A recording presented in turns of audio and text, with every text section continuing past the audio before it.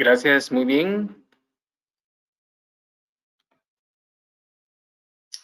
Bueno, estamos acá listos para empezar con este módulo, que el cual, bueno, doy las gracias, como si bien lo han dicho, tanto a Gastrosoluciones como Eurofarma en el apoyo para poder dar este tema.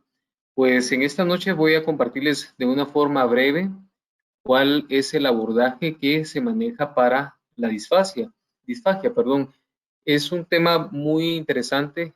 Obviamente implica el poder utilizar diferentes algoritmos dentro del manejo de esta patología, y eso nos hace alarde a poder puntualizar, a ser bastante detallistas en cómo podemos nosotros hacer el diagnóstico y de esta forma otorgarle el tratamiento a nuestros pacientes. Entonces, para mí es un gusto y vamos a empezar de lleno con este tema. Gracias al doctor Illescas por la presentación. Y bueno, tenemos los objetivos de este corto tiempo: es exponer la literatura actual sobre las pautas de diagnóstico de la disfagia, indicar cuáles son las guías actuales de tratamiento y seguimiento de los pacientes con disfagia. De manera de introducción, bueno, la disfagia es en sí la dificultad que presenta una persona para tragar. Si bien conocemos, la literatura nos menciona que aproximadamente el 3% de la población puede llegar a padecer este problema, y es población principalmente adulta, por arriba de los 50 años, ocupa el principal porcentaje, entre el 65 a 70% de los pacientes que acuden con este problema, y el restante pueden oscilar pacientes jóvenes. Si bien conocemos, hay patologías específicas que pueden aparecer a una corta edad. La clasificamos en dos ramas importantes, ¿verdad? Como la orofaringia y la esofágica, y vamos a entrar en detalle cómo hacer el diagnóstico de cada una de estas y el tratamiento que se puede otorgar de forma corta. Para empezar, tenemos las fases de la evolución normal. Esto es importantísimo que nosotros lo sepamos, porque a partir de conociendo lo normal, podemos nosotros hacer diagnóstico de las anormalidades o patologías concernientes a este tema. Entonces, en las fases de la evolución tenemos la fase oral preparatoria, donde existe manipulación, masticación del alimento en la boca. Tenemos la fase oral, donde la lengua empuja el alimento hacia la faringe, la fase faríngea, donde el alimento se desplaza a través de la faringe, y la fase esofágica, donde el alimento pasa del esófago al estómago. Entonces, de esta forma, nosotros podemos establecer en qué punto el paciente puede referir este síntoma y de qué forma podemos abordarlo. Las características claves que vamos a manejar durante este tema es la eficacia y la seguridad que podemos nosotros tener para poder decir si este paciente realmente tiene un problema de disfagia. La eficacia va a ser la capacidad para ingerir la totalidad de las calorías, nutrientes y líquidos que se necesitan para estar bien nutrido e hidratado. Y obviamente, si el paciente presenta disfagia, puede provocar signos de deshidratación y o desnutrición, y esto es principalmente en la población adulta.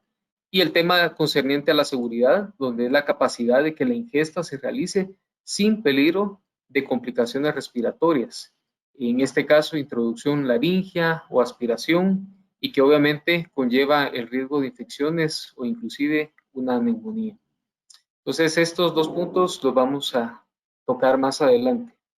Las causas, bueno, existen diferentes causas.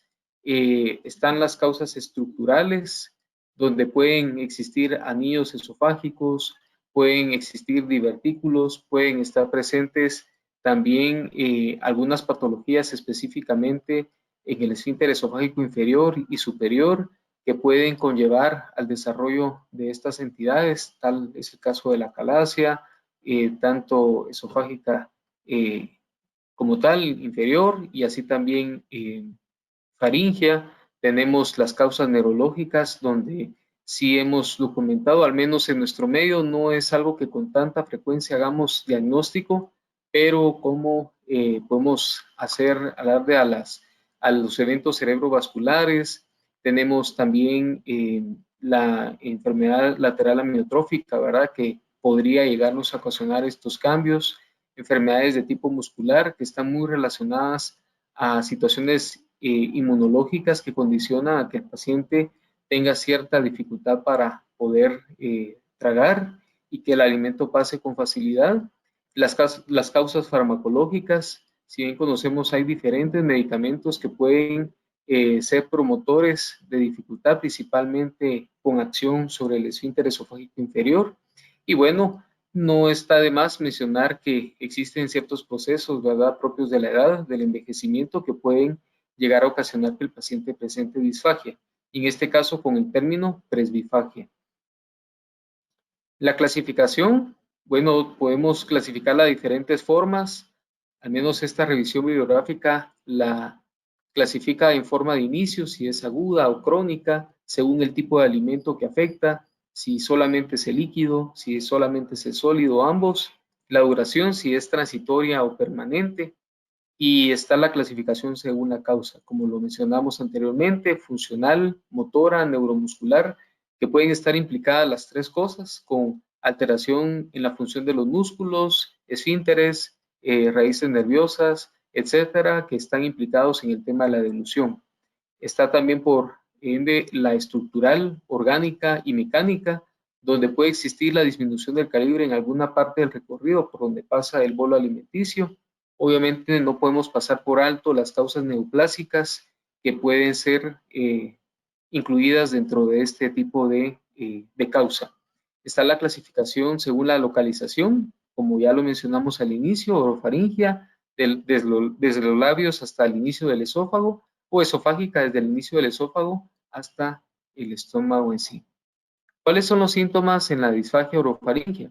Pues en este caso esto es punto clave para poder decir si el paciente presenta esta entidad o si realmente se trata de una disfagia esofágica. Entonces tenemos la dificultad para comenzar a deglutir o deglución repetitiva fraccionada, está el tener mayor dificultad para tragar líquidos, la regurgitación nasal, que es un síntoma cardinal para poder decir de que el paciente cursa con disfagia orofaringia. Tenemos la presencia de tos, este es un punto clave y que incluso es parte de otras patologías como la enfermedad por reflujo gastroesofágico en su presentación extraesofágica, que también puede ser un diagnóstico diferencial, la voz nasal, la presencia de babeo, la disminución del reflejo tussígeno, la sensación de ahogo, y en este caso tenemos que tomar en cuenta la penetrancia o el paso hacia la laringe y por lo tanto la aspiración, sin tos ni ahogo concomitantes, que eso puede también marcar la diferencia con otras patologías propiamente a nivel pulmonar. El atragantamiento, la presencia de halitosis en pacientes con acumulación de comida, y esto podría estar en relación incluso a la presencia de divertículos que pueden conllevar a desarrollar estos síntomas. Y obviamente lo que ya habíamos platicado, las neumonías recurrentes. ¿Cómo se diagnostica la disfagia orofaringia? Bueno, traté la manera de, en esta diapositiva, poder plasmar cuáles son los puntos más importantes para que nosotros podamos hacer un diagnóstico correcto y que sea fácil de poderlo memorizar. Ya hablamos de la historia clínica, la exploración física, es muy importante explorar si el paciente tiene o no reflejo tussígeno o nauseoso, y tenemos el cuestionario I-10 que nos ayuda, incluso se han hecho, bueno, varias validaciones, incluso traducidas al idioma español, que podemos aplicar en la clínica y que es de rápida aplicación como tal. De esto depende si ya utilizamos algún método de exploración clínica de volumen viscosidad, pensando en este tema de la disfagia orofaringia. En este caso tenemos que tomar cierta decisión, ¿verdad? Ustedes observan ahí la flecha con el círculo verde y la X con el círculo rojo, donde podemos nosotros decidir qué procedimientos hacer de forma sencilla, práctica, para poder orientar el diagnóstico. Si bien lo compartimos con los colegas, nos acompañan tanto médicos gastroenterólogos, pero también médicos generales, médicos internistas, que pueden grabar en sus mentes este esquema para poder hacer el correcto diagnóstico y obviamente no someter a un riesgo innecesario a los pacientes. En este caso, si tenemos una dilución segura, obviamente tenemos que tener un seguimiento para ir evaluando el deterioro que los pacientes pueden presentar, incluso la necesidad de volver a repetir el cuestionario I-10 y así también el método de exploración clínica volumen viscosidad. Ahora, si ya tenemos una dilución alterada, bueno, podemos hacer uso de otras pruebas complementarias como el uso de una videofluoroscopía con mecánica de la dilución, que obviamente es una opción que tenemos en el medio para poder hacer un correcto diagnóstico, principalmente en los pacientes que cursen con esta entidad. Y bueno, la necesidad que en algunos casos vamos a tener en consultar con otras especialidades, por ejemplo, neumología, también otorrino, para poder explorar específicamente la vía aérea inferior, ¿verdad? En este caso laringe y ver si hay algo más asociado que pueda estar provocando la sintomatología en el paciente. Aquí les traigo la escala I-10. En este caso es una herramienta para el despistaje de la disfagia, la evaluación de la severidad de la sintomatología y la mejora de los síntomas. En este caso se incluyen 10 ítems y algunos de ellos valoran la calidad de vida. Cada ítem tiene 4 posibles respuestas numéricas, es rápida de utilizar y fácil de calificar y es obviamente aplicado a pacientes con disfagia, principalmente orofaringia, pero también nos ayuda con el tema de la disfagia esofágica. La puntuación máxima de 40 puntos, si la puntuación es mayor o igual a 3 en el paciente, puede asociarse a un tema de disfagia. Y este es el cuestionario que utilizamos, donde se incluyen las preguntas si el problema le ha llevado a perder peso, buscando síntomas de alarma, si en dado caso interfiere con la capacidad para comer fuera del hogar, si bueno, llega a desarrollar el paciente una dificultad para el trago de líquidos sólidos con un esfuerzo extra, inclusive si el paciente tiene dificultad para la toma de pastillas, si el tragar es doloroso, si el placer de comer se ve afectado por el propio acto de tragar, o si el paciente siente que la comida se impacta cuando traga, si hay síntomas de tos, o si el tragar llega a ser una situación estresante. Entonces ya con esto logramos nosotros hacer una clasificación con un máximo de 40 puntos y de esta forma poder tener un punto de referencia para decidir qué estudios hacer en los pacientes. Si en dado caso tenemos necesidad ya de someterlo a un método de exploración clínico volumen viscosidad, bueno, es específicamente para evaluar la disfagia orofaringia, es sencillo, es seguro, se puede realizar con el paciente en clínica, es de aplicación hospitalaria ambulatoria también, y va a detectar esas alteraciones que platicamos al inicio, ¿verdad? La eficacia y la seguridad que el paciente puede experimentar. En este caso vamos a evaluar texturas y si el volumen va a ser seguro para el paciente, en este caso la eficacia, y selecciona a los pacientes que deben de ser estudiados de forma más exhaustiva con otras pruebas. Puede ser realizada por distintos profesionales y esa es una gran ventaja. No necesariamente un gastroenterólogo, pero sí tiene que recibir un entrenamiento para poderlo llevar a cabo con toda la seguridad. Y además de esto, nos permite detectar ciertos signos de alteración de la seguridad, por ejemplo, signos de aspiración, si el paciente refiere tos, cambio en la calidad de la voz, de saturación, de oxígeno, obviamente utilizando oxímetro de pulso y que llega a ser significativa si esta llega a ser mayor o igual al 2%, y nos ayuda a detectar signos de alteración de la eficacia, con incapacidad de mantener el bolo en la boca, la incapacidad para cerrar toda la boca juntando los labios y el babeo, los restos de la boca y garganta, y la incapacidad de tragar el bolo, alimentos masticados en una única deglución. Entonces, si ustedes se dan cuenta, es un método bastante seguro y que nos puede orientar hacia dónde nos vamos a ir. En este caso, si la dilución llega a ser alterada, bueno, complementar con lo que habíamos platicado previamente. ¿Cómo se diagnostica la disfagia orofaringia? Bueno, siempre tomar en cuenta la historia clínica, que es algo muy importante, la exploración física Y obviamente en este tema, en cuanto a la disfagia orofaringea, complementar con algunos otros estudios, no solamente el cuestionario que habíamos comentado, sino ver la necesidad de hacer una endoscopía, complementar con algunos otros estudios, ¿verdad? Que más adelante vamos a tener. La radiografía de tórax, la tomografía de tórax en sí, incluso en algunos pacientes tomografía abdominal superior nos puede orientar a realizar un correcto diagnóstico. El esofagograma, el trago de bario en sí es un método diagnóstico que para el tema de disfagia sí nos es útil, mas no para otras patologías y principalmente cuando el paciente cursa con ciertas comorbilidades y más aún si llegásemos a tener un paciente con disfagia y obviamente con este tema de la pandemia tenemos cierta dificultad para poder llevar un paciente a un estudio endoscópico debido a sus comorbilidades. En este caso es una herramienta inicial que podemos hacer uso y que nos va a ayudar a hacer un diagnóstico diferencial de una forma clave.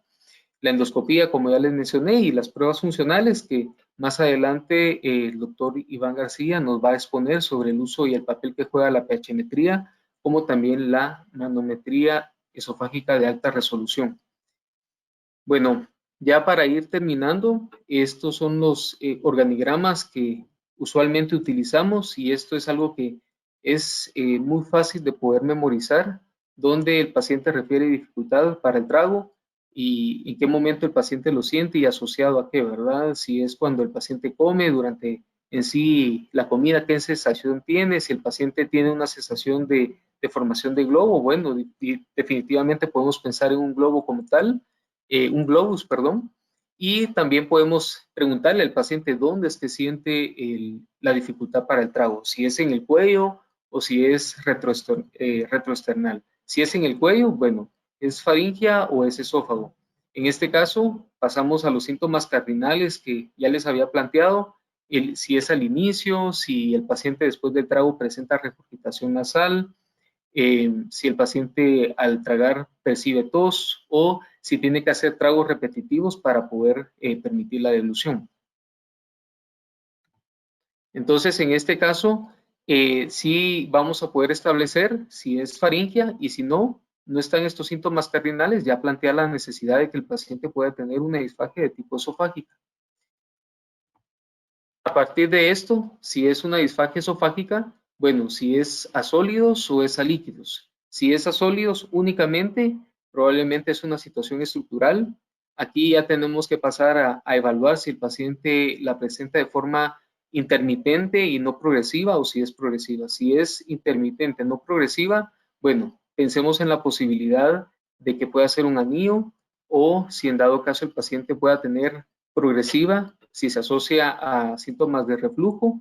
En este caso, podemos pensar en ya cierto tipo de estenosis que pueda estar asociado y que obviamente el pronóstico para el paciente es mejor.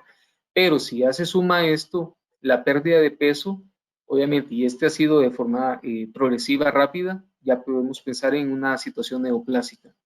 Si se trata de sólidos y líquidos, en este caso ya va más orientado a una probable dismotilidad esofágica y aquí hay que diferenciar muy bien si el paciente presenta leve dolor con presencia de regurgitación, inclusive de restos de alimento, en este caso ya pensamos en un tema de atalasia. Ahora, si el paciente refiere dolor y este va en aumento y menos regurgitación, bueno, ya es una situación de espasmo esofágico que tendríamos que ya analizar a detalle. Y por último, este es un organigrama donde sacamos un tanto el tema de la disfagia orofaringea, donde sí se necesita una evaluación, obviamente, por un médico gastroenterólogo que nos va a orientar en esta área, pero en el caso de la esofágica, que es lo que más comúnmente observamos, tenemos que evaluar si el paciente posee o no síntomas de alarma. Pérdida de peso, si el paciente siente sensación de impactación. Si en dado caso este paciente ya posee más de 50 años o hay síntomas de alarma asociados, definitivamente la primera instancia a utilizar es estudios de imagen asociado al tema de la endoscopía.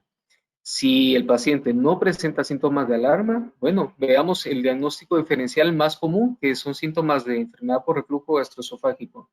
Si es así, bueno, intentemos darle un plan terapéutico a corto plazo al paciente, y si el paciente resuelve la disfagia, excelente. No tendremos por qué pensar e ir un poco más allá.